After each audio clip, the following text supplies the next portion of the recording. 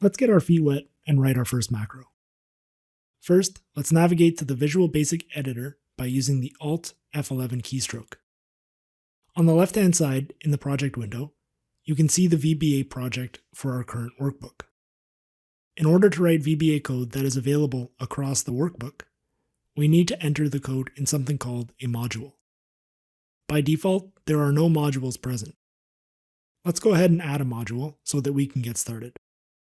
To do so, right-click in the first macro VBA project, highlight Insert, and then select Module.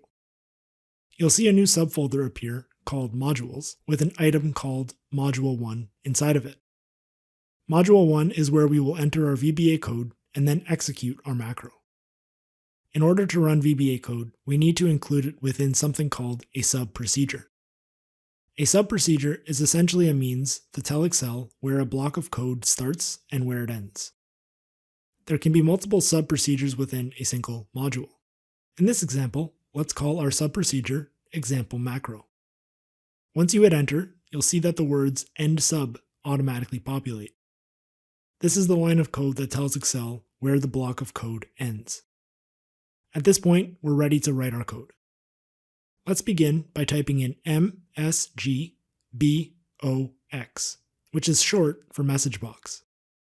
We can then type in hello world in quotation marks.